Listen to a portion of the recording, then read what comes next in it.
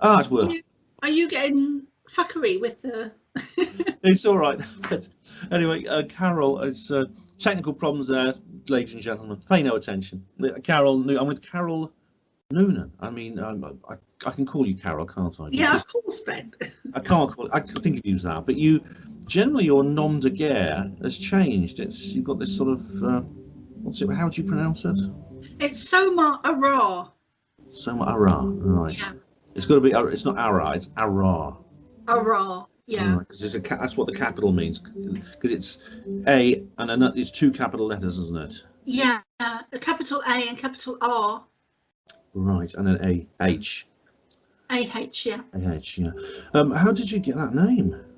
I was actually given it. I was out meditating this year. I can't remember what date it was, but I was outside meditating and I was hugging my tree. I call it my tree. It's not my tree. It's a tree outside.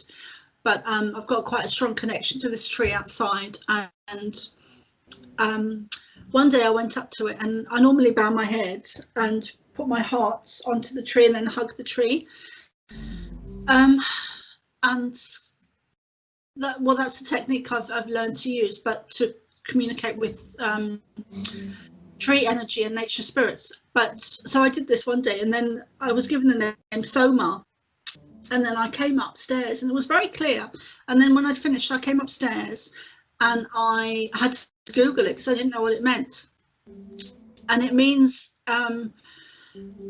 sacred drink. I think it's in India it's a sacred drink or an elixir. And then I was also given the name, when I was Googling, I was also given the name of Arah. So then I had to Google that. And that means to arise, So it's, you know, like an elixir to arise up. So it's, yeah, which I thought was very fitting for the times we're in.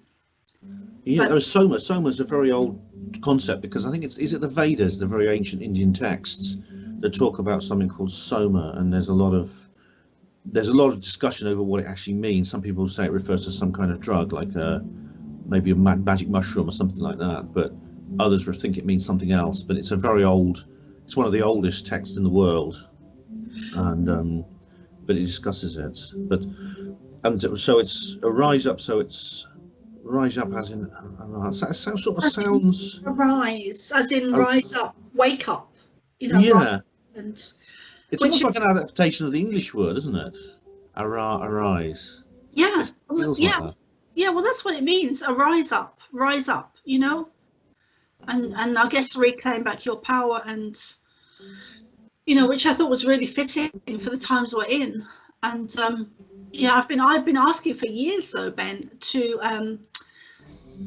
for a spiritual name, and then eventually this year, of all years, 2020, they gave me one. So but I was given another name about a month ago. So and I haven't, because I like to integrate stuff and process stuff, and I haven't processed or integrated that yet. Not processed, I have processed it, but not integrated it fully. So when I do, I might use that name. I'm not sure. All right, so you'll find out. I mean, you will reveal that, I suppose, nearer the time. Yeah. Okay. Yeah. Okay. At some point in the future, if I do at all, you know. Yeah. Is this the guidance that you get from the Pleiadians who you're channeling? No, my second name that I was given was actually from one of my Native American spirit guides, who I've known in a past life, and because I used to have memories of a past life, and this is I wrote this in my book actually, where I was with another girl who was my sister. And I actually met her in this lifetime when I was about 17, 18. And she was called Michelle in this lifetime. And she had been my sister in a past life. But anyway, I'm kind of veering off there. But as a child, I remembered a lot of past life memories. And one of them was of my guides, one of my Native American spirit guides, who I call Many Moons. and he's actually very well known, but I won't go into that. But I just call him Many Moons, you know, because he gave me that name. That's what he called himself to me when I first met him in a meditation.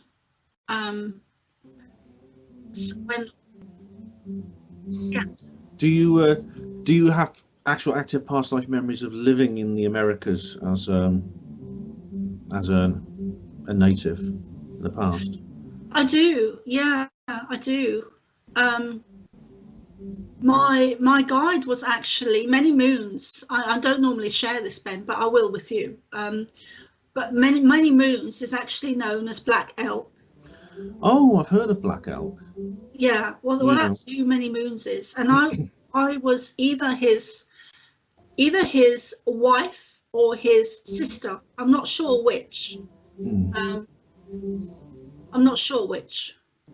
Yeah, you were close. You were very close. You were like a close person to him. Yeah, either his wife or sister. I'm not sure which, but hopefully one day I'll find out. Yeah, it's interesting because I'm very interested in past life memories, because I know I personally don't have any. We all have past lives, and I do think that's true. I've visited several mediums who've told me about my past lives, and it's quite interesting. They tend to say the same things. They tend to say that I'm very close to my mother, who they often say that. They said you and your mother have a very deep spiritual bond. This surprises me, firstly because I don't tell them anything about myself beforehand, and also in this life me and my mother didn't have a deep bond at all. In fact, she became a bitter enemy and tried to destroy my family. So, which is one of these weird things, isn't it? It's like I expect what it is if I ask somebody, maybe you'll be able to tell me this as well, that it's for some reason on a higher plane she needed to be my antagonist in this world to teach me a lesson, which I take seriously. I take seriously these ideas. Yeah. Have you ever seen the film Cloud Atlas? I have. I saw it a few years ago. I don't remember it. Oh, it's amazing. It's mind-blowing. I saw it in the cinema too, and films are always better when you see them in the cinema. But it's about a group of people who are continuously reincarnating. It's set in different time periods over a period of 500 years. These people continuously meet each other in different lives. It starts in the past, in the 19th century, and it moves forward to the present day. And eventually, there's two scenarios in the future, so you get two futuristic scenarios as well.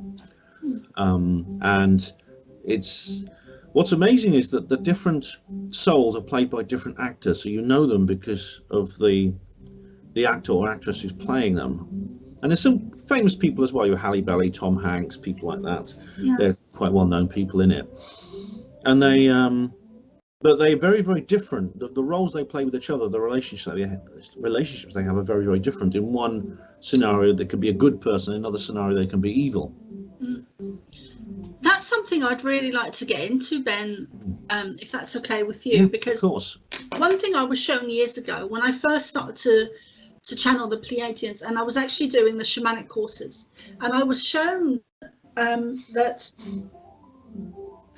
my purpose and my mission and my reason, one of the main reasons that I'm here, but I was also shown that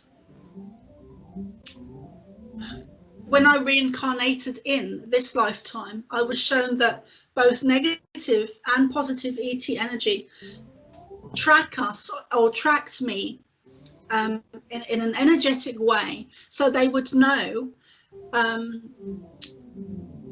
So the Pleiadians would know when to show me certain things, when to trigger certain things, when to put things into place for me. And the negative have done it. The negative ET energy have done it in order to hinder me and target me, to put me off my path. And I feel that they've done that lifetime after lifetime after lifetime after lifetime. And sometimes you can bring in energy with you from lifetime to lifetime. So certain energy will follow you. Certain situations will be familiar. A certain family will be the same. Certain relationships, certain people you meet will be the same, like you were saying. But I think as starseeds, we hugely get targeted. And this goes to what you were saying about your mum as well, because I think we are born into families as starseeds, because I believe you are a starseed, and I know I'm a starseed. And there's a lot of other people out there that really are not seeing the bigger picture of who we are and where we came from. So we are intergalactic. We don't come from here. As starseeds, we don't come from here. So we were born into the Earth plane in this lifetime.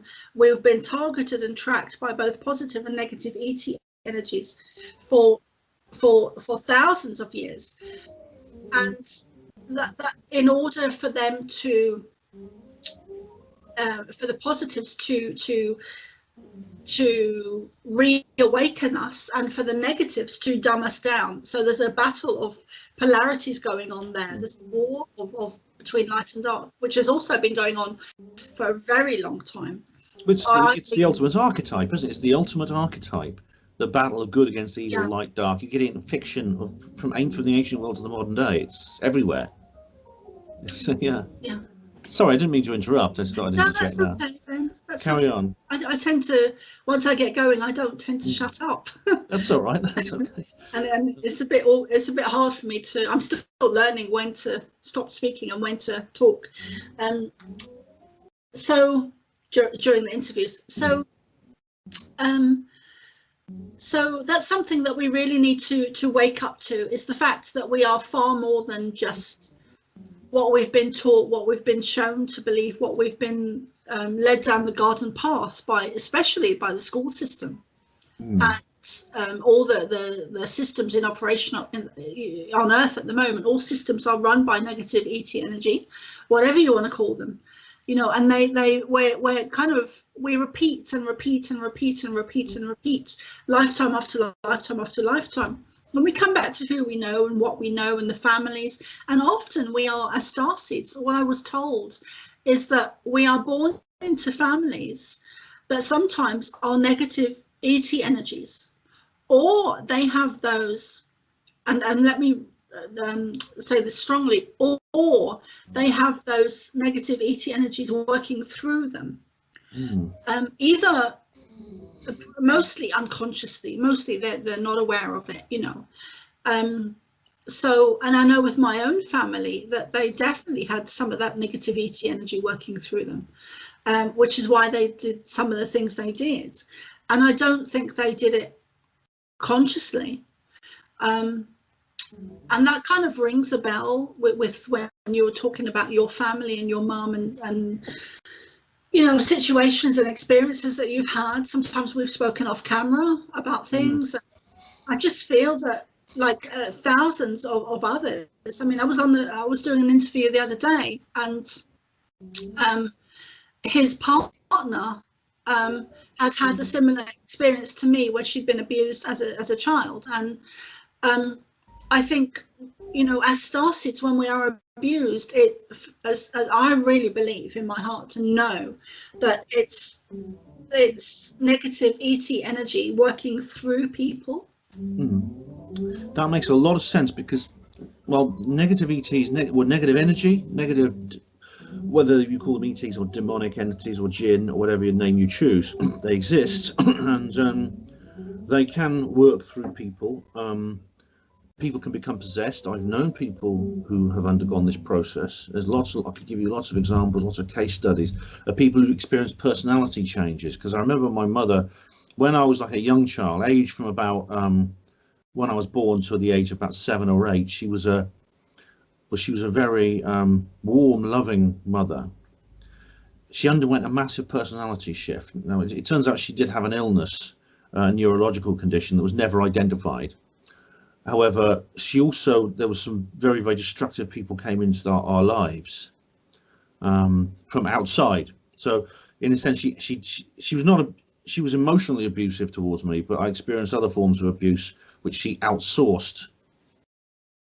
And I've talked before about the man I call Centaur, who was violent towards me, and there was also Isabel Menzies Light, who she became very close friends with Isabel Menzies Lythe. And if you I think I might mention this on the previous show, but anyone who studied the history of psychological warfare, that name is absolutely infamous, because she's one of the founders of the Tavistock Institute, and she kind of adopted my mum. She became part of the family. What was the name again, Ben? Because your mic cut out a little bit. Sorry, Isabel Menzies Lythe. Okay. She's one of the founders of the Tavistock Institute, which means she's one of the world-leading experts on psychological warfare. Tavistock Institute is one of these organisations that designs the media to control people, the way people think and feel. David Icke has talks an awful lot about the Tavistock Institute. So some reason she invaded my family and took it over. My mum experienced a massive personality shift, and she became extremely a very bitter, abusive, a very emotionally abusive. She was emotionally abusive to my father, and my dad, unfortunately, has always been a very weak and malleable kind of person, and he became completely dominated by her, and basically became completely under her thumb. And it's almost as if something did take her over, and all of this abuse was focused on me, not my brother. It was focused onto me. Isabel was specifically targeted me for abuse, as did Centaur. Which was always made me think there was something different about me to my brother. Me and my brother have always been very different people. I mean, that's a prime example to me, Ben, of what I was speaking to just now, of the negativity energy coming in similar to possession, where they overshadow the person and they use the person as a conduit for negative energy with negative repercussions, negative trauma and abuse, and all kinds of horrible things. It's almost as if that was happening. It could have been that the presence of these people, I sometimes think maybe the presence of these people affected her mind.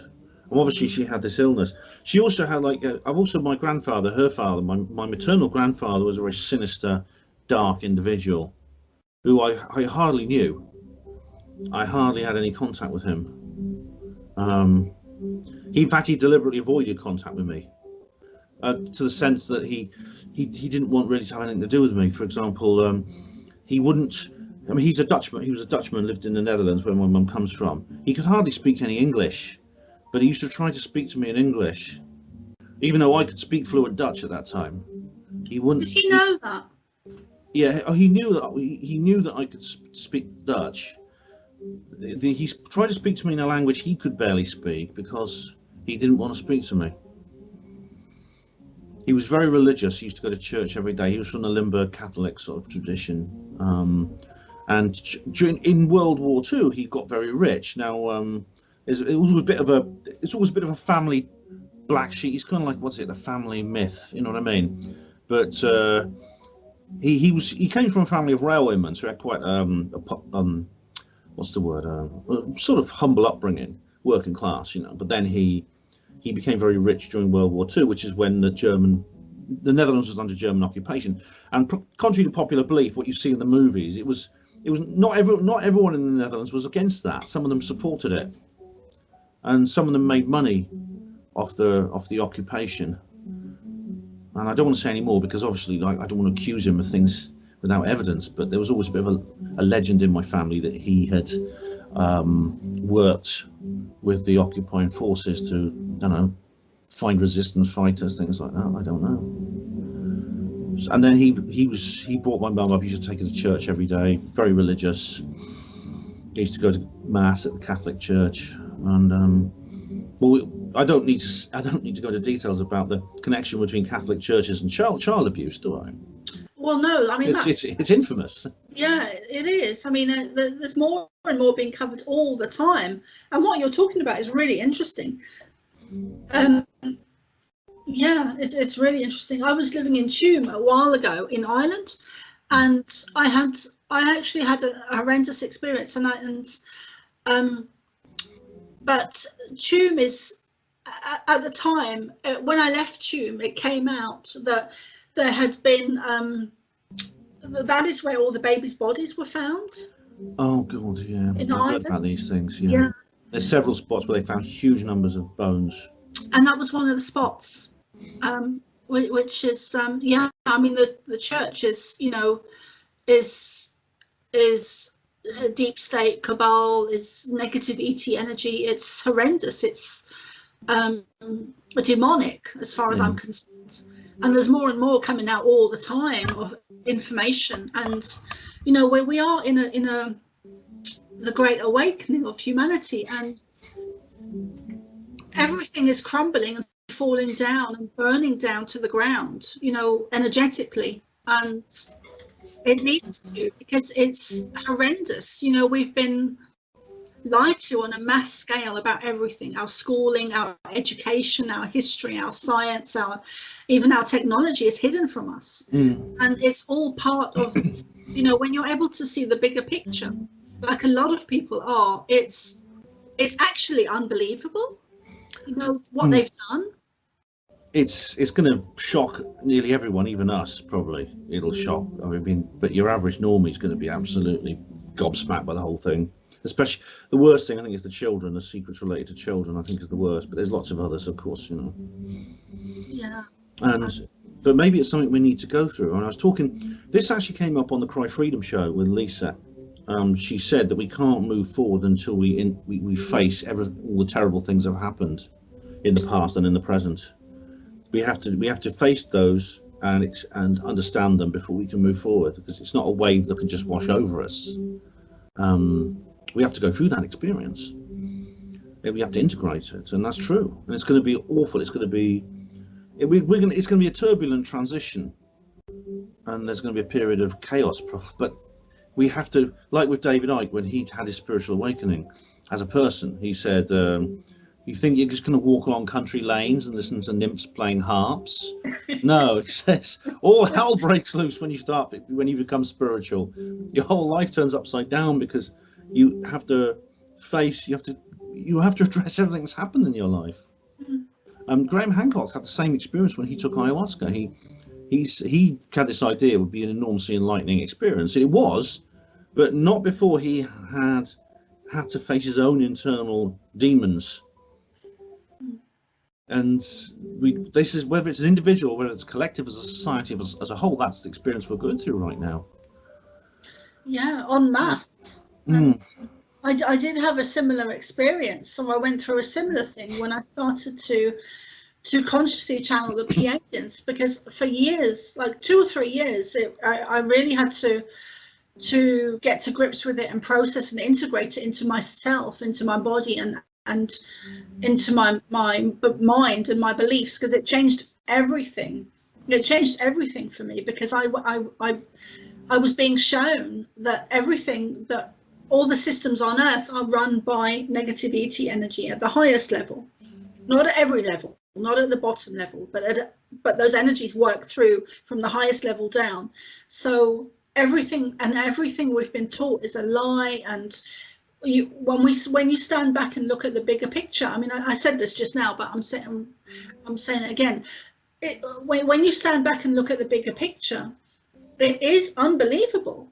So we need to, and I was in the process during that time of integrating it and into myself first before I could speak out publicly about it, which took a good 2, 3, 4, 5, 6 years for me. And I refused at the time. I refused to read anything by other channelers from the Pleiades, because I didn't want it to interfere with what I was doing, what I was channeling. I just wanted to be a pure channel, and still do. But nowadays I do tend to dip in and out of reading stuff sometimes. It's always interesting to read these things. I don't consciously channel anyone, but I do have a sense that I'm here with a mission. I've always thought that, even before I even understood what was going on. But I've always been quite stubborn, you know, about ethical issues and things like that. So I've always felt that way. But yeah, I mean, I'm fascinated by the whole concept of channeling. And I mean, if anyone, some people listening to this program I mean, unless they listen to your last show, but some of them might think, oh, this is a bit odd because this is slightly different to what I'm normally more kind of nuts and bolts kind of person when it comes to broadcasting. But this is a serious subject. I mean, people do have experiences of contact with other beings, and sometimes it can be like mediumship. You contact spirit. Mediums call it spirit. Sometimes it is these entities from other worlds, and they are looking into this world. Some of them want to help us. There's some bad ones, but there's some good ones too. You see what I mean? Yeah, for every negative there's always a positive. You know, for every positive there's always a negative.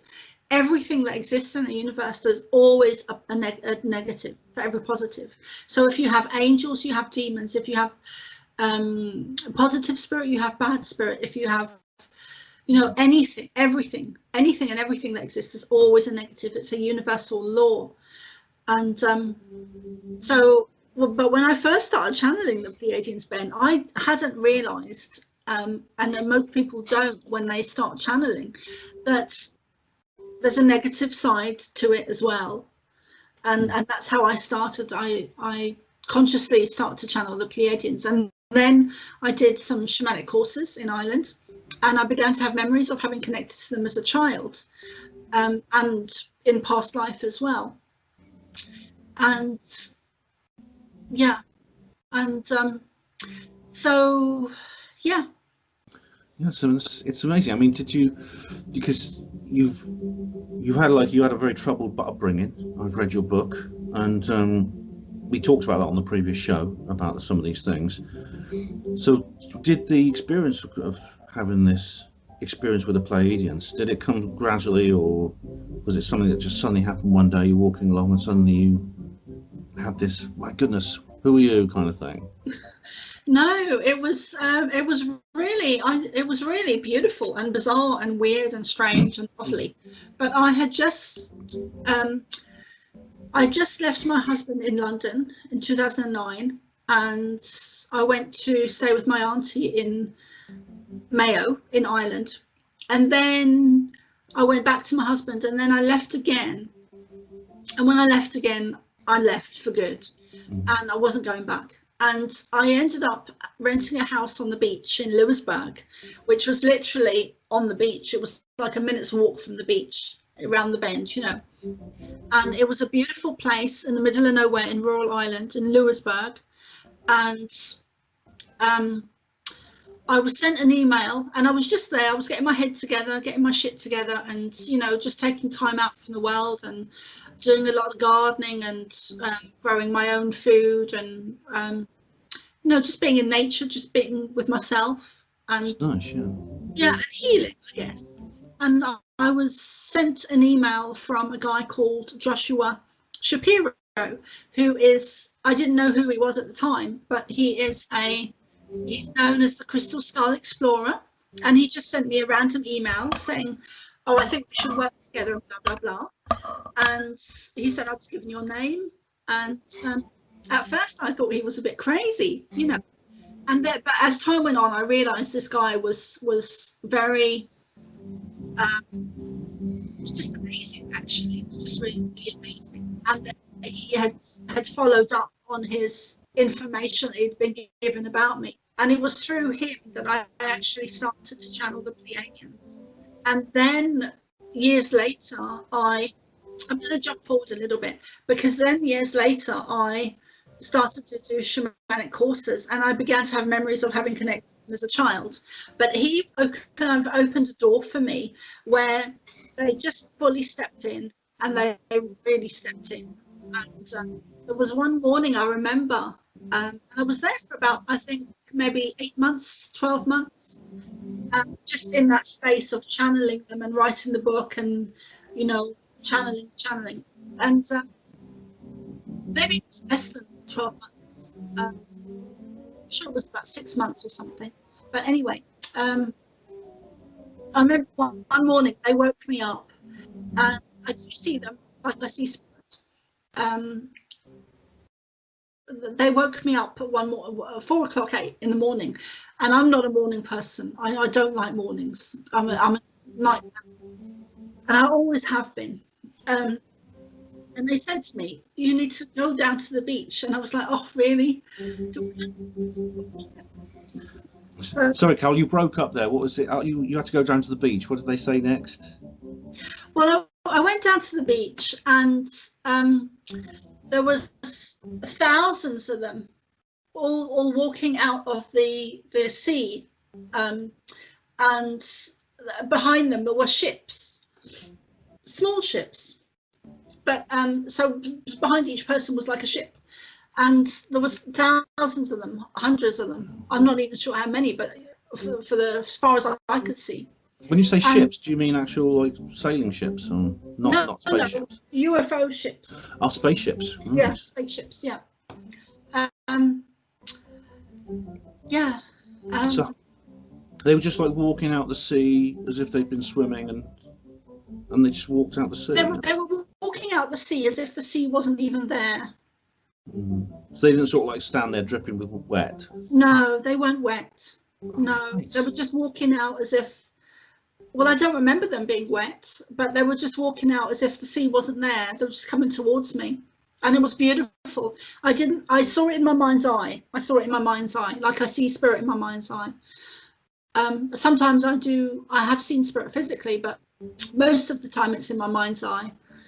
And that was just beautiful to me. It was like, it was clarification. What do the Pleiadians look like? They're very tall, very blonde, pale skin, blue eyes, angular features, very loving presence around them. I always get a sense of blue around them. Ashtar was the first guy that gave me his name. Ashtar, right, I've heard that before. Yeah, Ashtar Commander. And when I first saw him, he was behind me. Kind of to my left, but kind of center behind me, and then to my left were other Pleiadians around him, behind him. But just such a beautiful, loving energy that is really to the extreme. I mean, it's extremely loving. To the point it used to make me cry, and still does sometimes. But they're just such beautiful beings, you know. What you describe as their appearance is typical of what's known as the Nordics in ufology. They're basically humanoid, but they're very, very blonde, very blue-eyed, as like the people from Scandinavia, but it's almost an exaggeration of that, almost a caricature of them. And they're seen by so many people all over the world. Travis Walton, the famous abductee from Arizona, USA, he encountered these beings. He describes them very, very, very accurately. And there's other people, like this, Jessie Rustenberg from Staffordshire. They basically landed a craft on top of her house, and her testimony is amazing about that. So what's her name, Ben? Jessie Rustenberg. Okay. I'll send you the video. I'll send you the video of her interview later. It's amazing. Yes, please. Because you'll be very interested in that. Because she met them. So these are not. Does she live in the UK? Yeah, she died now, but she comes from Staffordshire. Okay. But what's interesting is that the Zulus of Southern Africa in their mythology report the same beings, which, and of course, these are people who are all black. They're all negroid, have black hair, dark eyes. Yet they report seeing the Nordics. This is long before white people actually ever landed in Africa. In fact, when the first explorers arrived on what's now Cape Town in South Africa, the local people thought they were I can't remember the Zulu word for it, but they thought they were the aliens because they looked so much like these aliens. They actually thought they were Credo Mutwa. Talked about this in his book. It's incredible. Yeah. So these are not figments of people's imagination. No, there's no reason to. This is why I take you seriously, because you report what so many other people have said.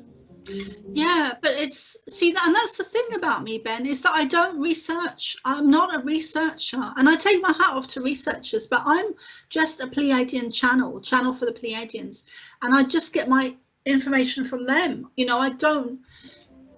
I don't, and I don't believe anything. Like, people could tell me, well, it's windy out, but I would have to go and check it out to see, is it windy out?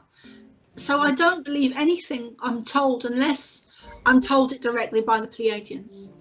And one thing they mentioned early on when I first began channeling them in 2009 is that they talked about the Dogon tribe and in Africa, and they talked about the Syrians and the Dogon tribe and the Pleiadians, and with information and being very much like star brothers and sisters. Yeah, the Dogon story is really amazing, because these are some people from West Africa who knew about Sirius B. Sirius is the brightest star in the sky. You can very easily see it, but it actually has a companion. It has another star orbiting it, which you can't see without a telescope. But they never invented telescopes.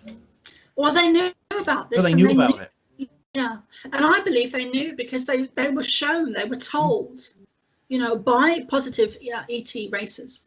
And I get so, I don't deal well with skeptics, because I've had so many skeptics come at me. And that show I did a couple of months back with, I remember that. Yeah. Arsehole. Oh, that man was awful. Oh, he was terrible. Yeah, he was. And yeah, you know what, I am, I come from Hackney, Ben, which is like the Bronx, and I am a channel for the Pleiadians, but I do swear, I do curse, at times. That's right. It's an adult show. It's an adult program. Yeah, I think he was just a real arsehole. And I also think he was very much a part of the negative agenda and Illuminati. Some skeptics are. I've done a talk about skeptics and about their connections. People like Philip Klass and others, definitely. But it's a serious scientific subject, though, what we're talking about here. Like the Dogon, in the mythology of the Dogon, they actually say, because the explorer said, how do you know about Sirius B? And they said, well, some in our ancient past, they came to visit us and they told us about where they live. They told us about the two stars, and they even drew a picture on the ground in the sand. One guy just scratched it with a stick. He says, that's where it orbits, the bigger star. And he said, it's exactly where Sirius B's orbital track is. So why it's not, if they say that these beings came from these star systems and told them, and there's no other way they could have known, then why it's a perfectly sensible position to take them seriously. And as we take other people seriously, have contact with extraterrestrials. I find it frustrating, actually. I did a talk about SETI, the search for extraterrestrial intelligence, and I talked about Project Daedalus, which was designed in the 1950s by the British Interplanetary Society. It's a starship, it's a craft that is powered by nuclear explosions. It was an existing technology at the time, and it could have been built right then and there, and it could have reached the nearest star within 50 years. It could reach 1/10 of the speed of light. And we as leaving aside the secret space program, even leaving that aside, we as a species are taking our first steps into space. We could go and visit them probably very, very soon with our emerging technology. So why is it when people say, oh, well, actually, they've already come to us?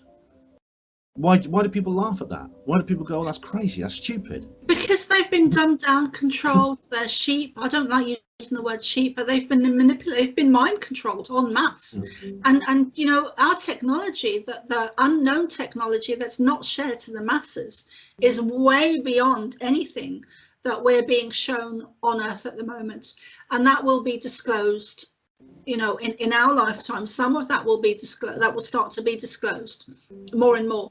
I mean, we are in a great awakening, and for skeptics and not even skeptics, because I believe that skeptics, who are in the public eye, are part of the negative agenda, the dark cabal, the deep state. So, but for people that are, Auntie Nellie down the road, or Uncle Matt down the road, or Joe Bloggs down the road, people that are asleep, they're going to have a rude awakening, and they're going to have the rug dragged from beneath their feet, because they're going to start to see things that are going to be shown to them over the next coming years of our true reality.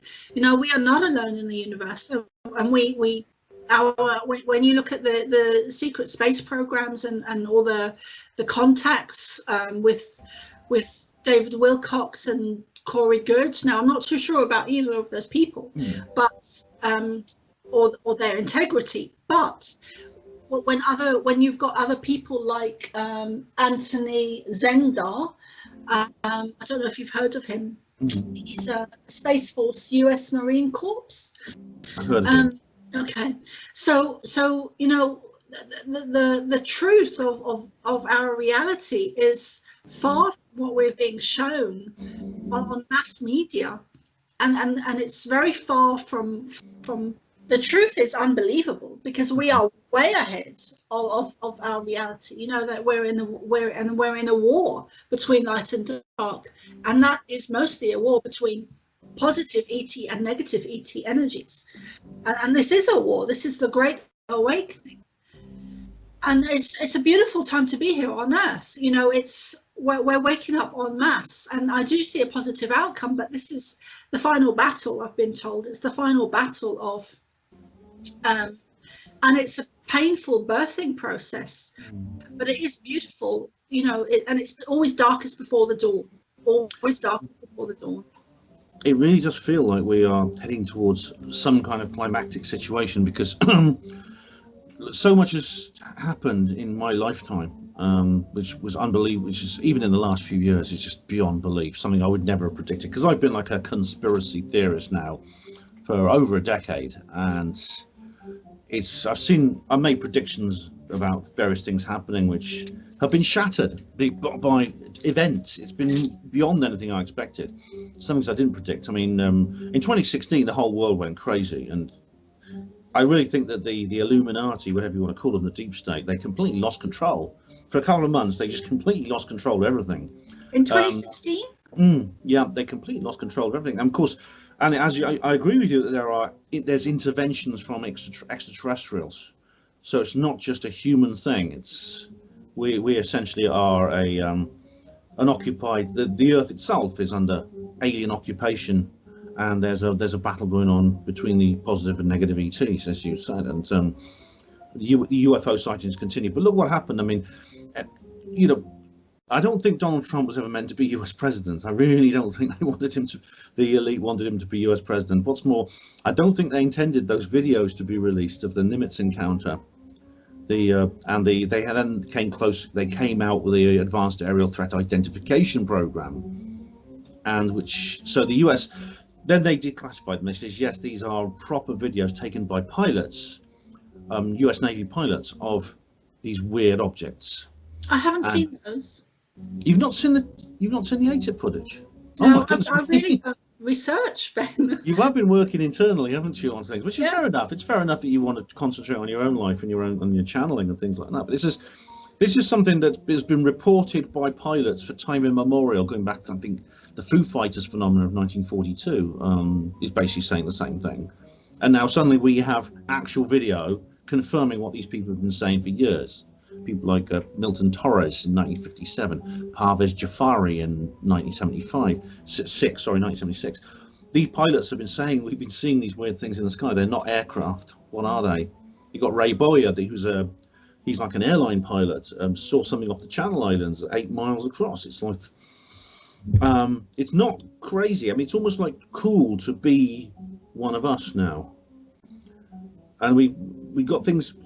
Things are happening. Like, look at the pandemic. How many people really don't see an ulterior motive behind the pandemic? Do they really believe the government have our best interests at heart with that? Yeah, no. Every time I go out, I've been asking people, you know, what do you think of this? And there's more people that say it's a pandemic than not. So the more people are aware of it now. But there's one thing I really want to talk about, Ben, if it's okay, is that one of my updates would be that I've come to the conclusion that I now believe that, and I know I'm veering off of the subject, but so feel free to take me back to anything. That's not a problem. No, we sort of like exhausted one subject, we move on to another. That's fine. Okay. Yeah, I'm sorry, I tend to jump around a bit, but one thing that they showed me recently, or that I've been told or come to believe, is that 2012 is actually, the shift is actually going to be on the 21st of December this year, and that the timeline was pushed back by the negative agenda. So that's what I believe. That's my belief. And there are people coming out now and saying that that people got the Mayan calendar wrong, so that the 21st of December 2012 is actually the 21st of December 2020, which I totally believe. Right, it was only 8 years difference, so it's quite, when you're talking about a 5,000+ year cycle, so 8 years really doesn't mean much. And it wouldn't surprise me. I mean, one thing that's going to happen on the 21st of next month is there's going to be a conjunction of Jupiter and Saturn. Now, I'm not an astrology expert. I know people who really love astrology, they're really into it. I have an interest in it. I do take it seriously, but I'm not focused on it. But people, that's apparently very significant, because Jupiter is Zeus. It's the king. It's the biggest planet on the solar system by far, and it's the most powerful planet. And Saturn is the timekeeper. It's Kronos, the timekeeper in Greek myth. It's the planet of discipline, the planet of control, and apparently this is really significant. These two, this is a conjunction that has not happened since 1623, and it's happening in a couple of weeks. And I just hope the skies are clear and we'll be able to see it. I mean, I'm sure a lot of people go out there and try and see it, because these are two very bright stars, very bright planets in the sky. Should be visible with the naked eye. And I mean, I don't know how close you are to astrology, but I don't really know anything about astrology. But it's the dawn of the new dawn of Aquarius, isn't it? It's the new age of Aquarius, the new dawn. So I mean, that's significant, and there's several other things that are intertwined and significant as well. So yeah, I'm just yeah. Yeah, I think when people talk about 2012 and things like that, it's interesting that I think people were a bit disappointed that nothing big happened on the day, because I mean, I did a big meditation that day. I mean, it was a pretty awful time actually, because my partner at the time, Sue, her mother was dying. Basically, her mother died that day, but we took it was pretty, yeah. She was an old lady, but she was 85, but it was a sad time for her. But she really badly wanted to do this meditation, so we went in her back garden on the 11/11 moment. Do you remember the actual moment of the solstice, because it was the winter solstice, and we lit some candles and did a meditation at that moment, and everyone was expecting, I mean, everyone was expecting something. It would be some like kind of cataclysm or grand awakening, as Jeff Straub said, you know, was it Catastrophe or Ecstasy was the name of the book. But of course it doesn't work like that. Nothing actually big happened that day, but apart from this personal tragedy that Sue had. But I just said, I said at the time, because Ian R. Crane was talking about this as well, it could simply be that's like a turning point. Maybe that's when we hit the 100th monkey point in terms of collective human unconscious, and that you can't expect everything to happen that moment. However, give it a few years, and then something, the energetic change that took place at that moment will then deliver some kind of physical, tangible effect in the real world. It won't happen overnight, but it's a process that takes a while. And indeed, just a few years later, in 2016, it did. And David Icke actually said before 2012, he said, I wouldn't look to 2012, he says, but I got a feeling 2016 is going to be the big year. And he was right. And what if 2020 is the new 2016? Because we got this amazing thing happening on the 21st, but it's also, you mentioned the age of Aquarius. I know that astrologers are not agreed completely on when the age of Aquarius comes in, because some people say, oh, it's the middle of the 19th century. Others say, no, it's not for 200 years. But do you know what's happening in 2025? Have you heard about what's happening in 2025? Well, it was either last year or the year before, and I need to go back and double check which year it was, because it's important. But the Pleiadians have said to me in 10 years, in 20 years and 30 years, there's going to be significant events in those years. But I don't know what is going to be happening. But I haven't heard about 2025. All right, if something amazing happens in 2025, that could be because in the traditional Hindu calendar, the one which is the traditional calendar of ancient India, it's the ages change. We're in what's known as the Kali Yuga, which is ruled by the goddess Kali, which is kind of almost a satanic image. It's almost a satanic figure. Sometimes it's called the Iron Age, and then it moves into what's known as the Satya or Arya Yuga, which is the Golden Age.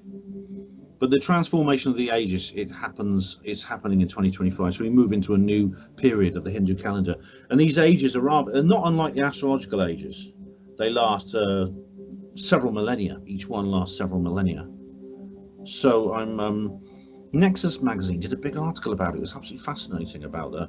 And of course, not all the experts agree on what it means and even when it happens, but 2025 is the year that very often comes up. And it's incredible that's only 13 years after the Mayan calendar shifted over.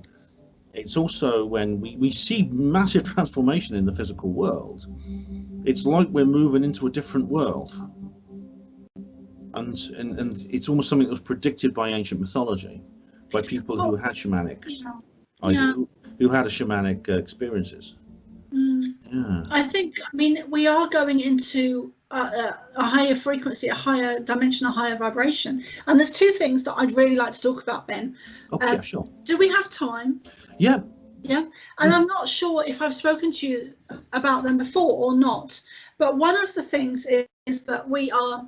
So when I first started to channel the Pleiadians in 2009, which I'm so sick of saying, but when I first started channeling them in 2009, they said to me that they told me that at the time of Atlantis, there was a large meteor that hit the Earth and knocked the Earth off its axis, that caused catastrophic events. And north was no longer north, south was no longer south, and the land shifted. The landmass shifted. There was great upheaval on Earth. Negative ET energy came in and overtook Atlantis,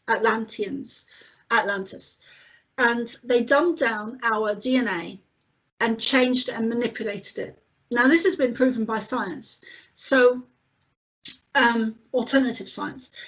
Particularly Greg Braden is a great scientist. So yeah, he is. And now everything is going back to our original blueprint, our original DNA, and Mother Earth is shifting back onto her natural axis. So there is going to be land. I don't want to use the word catastrophic events, but because I don't want to put fear into people, but the Pleiadians never want to put fear into people. They simply want to share the information to inform people. So there will be events on Earth where, and it's been happening for a very long time now. It's not, suddenly new. It's not suddenly new. The Earth has been shifting back onto her natural axis for a long time. And we know that can be proven again because pilots have recorded that north is no longer north and south is no longer south. So the magnetic poles. Yes, yeah, are shifting. So the reason I'm saying that for the audience is that, and for people listening, is that we are now in the reversal of what happened in Atlantis. So everything is shifting back. So the Earth is shifting back onto her natural axis, and our DNA is naturally going back to her original blueprint because it's been, not because it's been hindered, because but it has been hindered. It's been slowed down. We would have been a lot further ahead than we are if we hadn't been dumbed down, manipulated and controlled. In terms of our DNA as well, which is also to do with our brain and our food and our blood, the several things that affect our DNA. Our food affects our DNA, which has also been proven now as well. And for people listening, if you want to go and check out The New Human by Mary Rodwell, that's in her book, where our food affects our DNA, our surroundings, our, you know, everything in our surroundings affects our DNA. We are much more complex than we realize. We are much more there's a lot going on that we don't know about ourselves and our bodies and everything. So anyway, we are in a reversal now of what happened at Atlantis. So the Earth is shifting back onto her natural axis, and we are shifting back to our natural original blueprints. And even I've also been shown that that we are going into a time where we have 13 strands of DNA in the future. We may have had 13 in the past, but we definitely have 13 strands of DNA in the future. And the other thing I wanted to share is that there's 2 beams of light hitting the Earth. And I was told this between now and February this year, going back. So there's 2 beams of light hitting the Earth. One is positive and one is negative. And these beams of light are beams of energy. And they're going to intensify and increase, intensify and increase, intensify and increase, until it gets to a point where it's actually going to twist the Earth and pull the Earth into 2 Earths. So it's no longer 1 Earth, it's 2 Earths. Now this is energetically. This is more to do with dimensions. And one is going to go into a higher frequency, a higher dimension, a higher state of being, of awareness. And the other one is either going to stay where it is, or it's going to drop into a lower frequency awareness or dimensional energy. So, and for years, you know, I heard that about the theory that we're going to have 2 Earths. And I never understood it until I was shown by the Pleiadians in that very visual image of how we are going to end up with 2 Earths. And I believe it's more like it's more like 2 dimensions. It sounds like a big Mandela effect. Well, exactly, yeah. I mean, maybe that's where the Mandela effect comes from, because the Mandela effect didn't appear until about 2013. But I mean, so on one level, it's like an energetic displacement. On another, it's like the magnetic poles are shifting, which is a natural part of the Earth cycle. It happens about 3 times every million years. It takes about 5,000 years to complete. But do you believe there'll be a physical crustal displacement where the actual continents will move? Because there's a guy called Rand Flemath who's actually worked out that did happen in the past. I do, Ben. Yes, I do. But I feel it's been happening for a while, and I feel that when I feel it will get to a point where it will shift. I do see catalytic events, but I don't feel it's going to be as bad as the fear behind it. So you know we are in a great, you know, everything's being pulled down and reassembled in a way. But I also believe that there is beneath Antarctica, there is a lot of secrets there that will come to light when the Earth shifts. And that needs to happen, because that is very related to UFOs and ET energy and also structures as well, you know, ancient structures. Yeah, I've heard that there is actually secret excavations going on in Antarctica right now, and I know from meeting a man who was in Antarctica a long time ago that there's lots of secrets on that continent. But Rand Flemath talks about how there's actually he believes that the ice cap that covers the Antarctic continent is new. He says it's not as old as people think it is. And he talks about this crustal displacement because he believes there was massive local climate change in Siberia, in northern Russia, because a lot of animals have been found basically frozen. They're ice mummies, but they died very suddenly. As if they were frozen very suddenly, as if they were in a very temperate, quite a lush, temperate climate, and the Earth's crust shifted. So almost instantly overnight, they suddenly found themselves in polar regions, in a subarctic kind of environment. And they weren't used to it, and they didn't know what to, and they died, but they died very suddenly, and they froze. Sometimes some of them were standing when they froze, which could happen if you get massive, very sudden local climate change. And that the Antarctica used to be away from the South Pole. Presently, it's over the South Pole, but it used to be away from that, and used not to have such a big ice cap, and that's when there are like actually structures there, including cities which are connected to Atlantis. And that's what the ice is covering. Mm. And so obviously if there's a shift away from that, the ice will melt and that will be exposed, and it won't cause massive sea level rise and things like that. That's a myth, because that's fascinating. If that happens, that would be incredible, especially if they already know, if the government already know and they're keeping it from us. There's one thing I really want to, I mean, what you're saying is fascinating, Ben, and it's really important that people know this stuff. One of the things I was shown the other day, and I haven't released this publicly yet, I like to integrate stuff first and really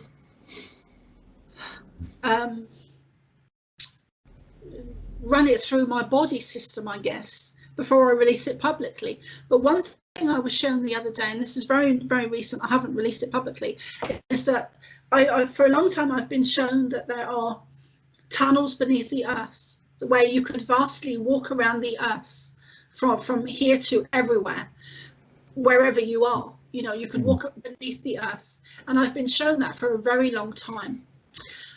And I think that is largely separate to the underground tunnels that with the children. I think that's separate. Although I think sometimes I think sometimes question mark that the ancient tunnels have been or may have been used to place those children into. But separately, what I was shown the other day is that some of the excess water, because the sea levels are raising, the Yucatan, I've been told, is raising. The Yucatan is raising. So I think some of that excess water will actually find its way into the underground tunnels. That's what I was shown recently, where there will be catalytic events, but a lot of the excess water will flood into the underground tunnels. So it won't be as bad as it could be without the tunnels. That's what I was shown. There are indeed underground. It's not a secret. There are underground rivers and lakes. There's aquifers and things like that. So no, but these tunnels that are empty tunnels that at the moment that go from I was just shown, and I don't know the locations of them, but I was shown like large tunnels under the earth. They have them in Egypt. They have them in all of the sacred sites, especially Egypt. But these tunnels are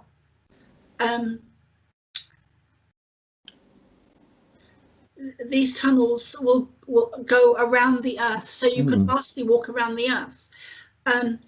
The water, what I'm seeing is the water flooding into the tunnels, and these are huge tunnels. To be an overflow, kind of overflow for the exactly, oceans. yeah, an outlet for the excess water. It makes sense. I mean, it would explain why the catastrophic flooding, which has been described in the past, hasn't happened. It's never happened, even though the ice caps, because there's maps which show Antarctica without ice from the ancient world, so there wasn't massive flooding back then, so it would explain an awful lot. It's maps, isn't it? Yeah, and there's several others as well. Period Reach is very interesting. But there's the tunnels. I mean, believe it or not, tunnels have been found. I mean, some of them are known about. Some cities have like an underground network beneath them, such as Petra and Nottingham, Derryncuyu. I actually went into the Nottingham tunnels. Nottingham. Yeah, there's a massive underground network of caves under Nottingham. Do you know that? Nottingham. Yeah, I mean, there's only 2 that are open to the public, but there are hundreds of them. No one knows how many there are, and not all of them are being explored. Some of them you can't. Some of them are flooded. You can't get into them. Some of them don't have a breathable atmosphere. But yeah, it's incredible. And it's an amazing thing to go to the City of Caves exhibition if ever you're in Nottingham. It's fascinating. Some of them have been used as prisons and things like that. But that's been found all over the world. I mean, they found like very ancient tunnels, and no one knows exactly where they all go because they've never been explored, but they're at least Neolithic.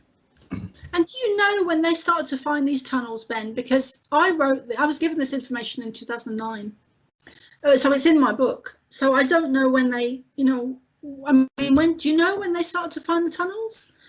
It's quite recent actually that a lot of them were found, but there've been some in Britain that were found. They appear to be artificial, and they date back. Not just not recent. Funny enough, not just in Nottingham. So they found some in the West Country, I think, and there's been some found in Russia. They go on for they've not all been explored. I mean, they're very long. No one knows who built them because they apparently they date back to the Neolithic times. And people think, who would have built it back then? They had Stone Age tools.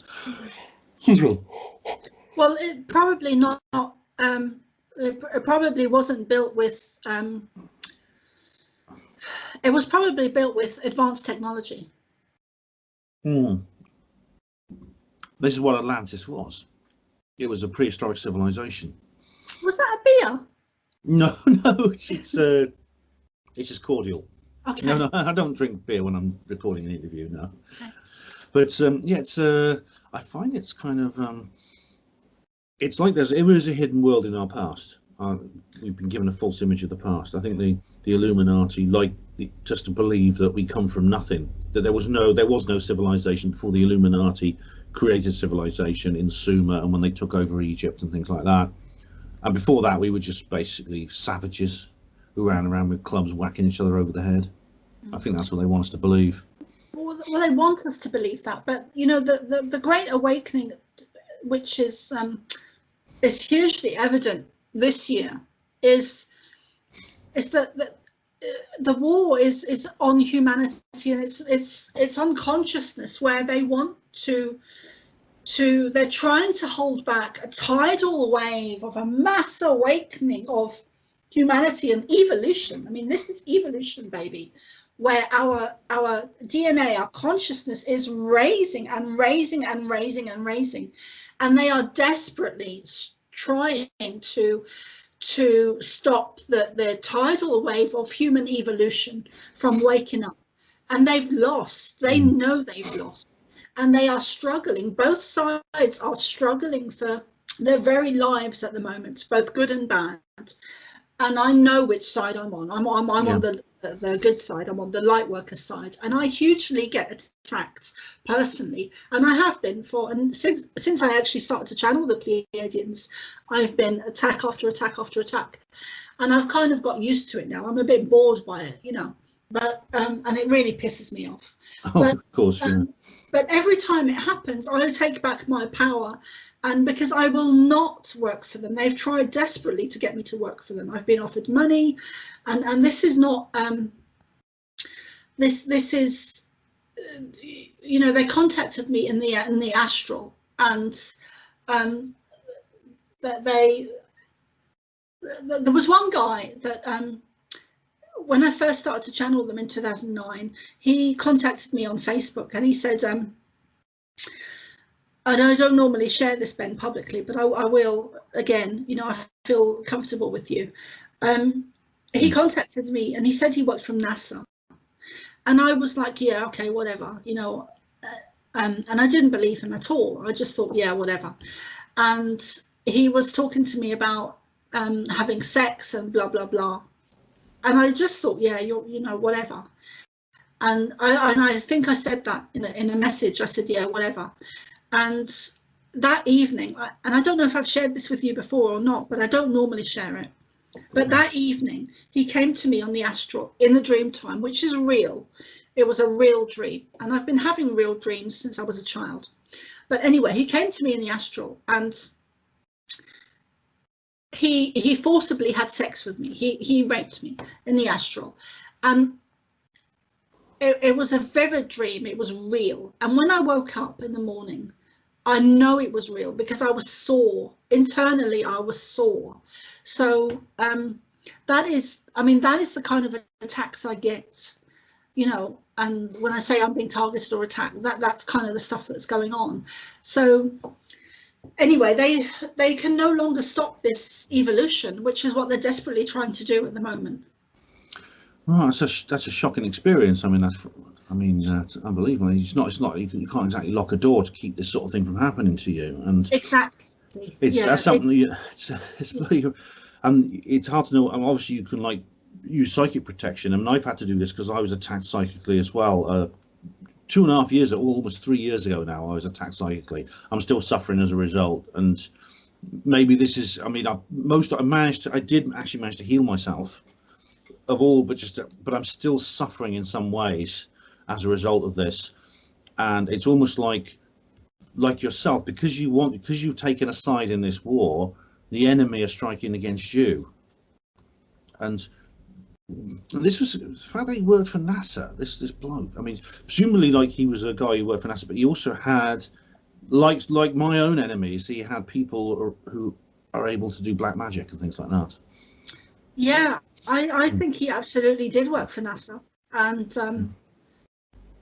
the certain things, when I hear them, my alarm bells go off, like NASA, or I work for NASA.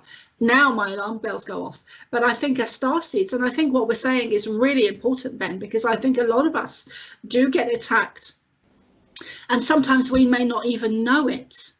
Like things like with psychic attack or black magic in the extreme. But I think a lot of us don't even realize it. You know, when a wave of depression comes at you, it's coming at you because it's a wave of depression coming at you, which tells me, I mean, I totally believe this, that when a wave of energy comes at you, it's not your energy because it's coming at you. It's not coming from within you. It's coming outside. At you. So that's not your energy. So anyone listening, if you get a wave of depression coming at you, please believe me and know that it's not your energy. So we need to learn psychic protection. We need to up everything. We need to up our game, because we do get targeted individually. And the game they have played for so many years is that they've hoodwinked us, they've manipulated us, they've falsely taught us untruths where we know so little about our psychic awareness and abilities, and so little about our bodies, that and to do with conspiracy theories as well, where everything, you know, if you can't touch it or see it, it's not real. And actually the very opposite is true, is true. The very opposite is true. So and they've used our they've taught us to believe we are far less than we are, so that when we are targeted, or we do have psychic experiences, or we do end up talking to Pleiadians or Jesus energy, that we question the hell out of it because we don't believe it ourselves. And then we have to unlearn everything that we've been taught, like I did. I had to unlearn everything. And I didn't, and I was kind of an exception because I didn't have any schooling. So I haven't been conditioned in the same way as most other people. I mean, I have been conditioned to a certain degree, but the whole secondary education is a big farce, is a big part of it, is a huge part of it, where children go in at the age of 12, and the reason, and there's a big reason why they go in at the age of 12 in the UK, because that is a turning point for a child's age, a child's development, where they are able to manipulate and control them. So, and I didn't have that, so I haven't been conditioned in the same way. And the Pleiadians told me, word for word, we kept you out of the school system because otherwise you would have been lost to us. And they put a huge wall of energy in front of the school gates so that I couldn't enter.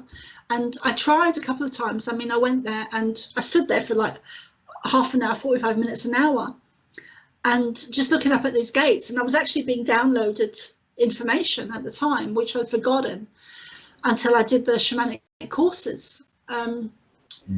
But yeah, you know, they just can't stop the wave of I mean, it's evolution, maybe, you know. Funny enough, I did go to school, but I hated school. I couldn't wait to leave. I loathed it. I did get I got quite low grades in my exams. I couldn't learn, which is another common thing I often find from people who say they're involved in this subject. There was something else you wanted to say. You said you wanted to tell me 2 more things. What was the other thing you wanted to talk about? I've totally forgotten. It doesn't matter. That's all right. We can do another show at any time. Another show where we can bring you back on, do another show. Absolutely fine. I know you're very busy in terms of interviews and things like that. No, I'd love to, Ben. I'd love to. Oh, great! We could bring you back because you've done 2 interviews already. It'd be great to hear some more from you. You know. Yeah. But so you've been busy since June, and you're still carrying on doing what you're doing. And do you have any plans coming up for the next couple of months? Have you got any specific ideas you've got in the pipeline? Yeah, well, I mean, I've been working my arse off this year. I think this is the hardest I've ever worked. And all of it's been from home, alongside all the downloads and information from the Pleiadians. So yeah, I've kind of taken a little bit of a break this month, and hoping to do that in December as well, but we'll see. I have been shown or told that I will be doing another book soon.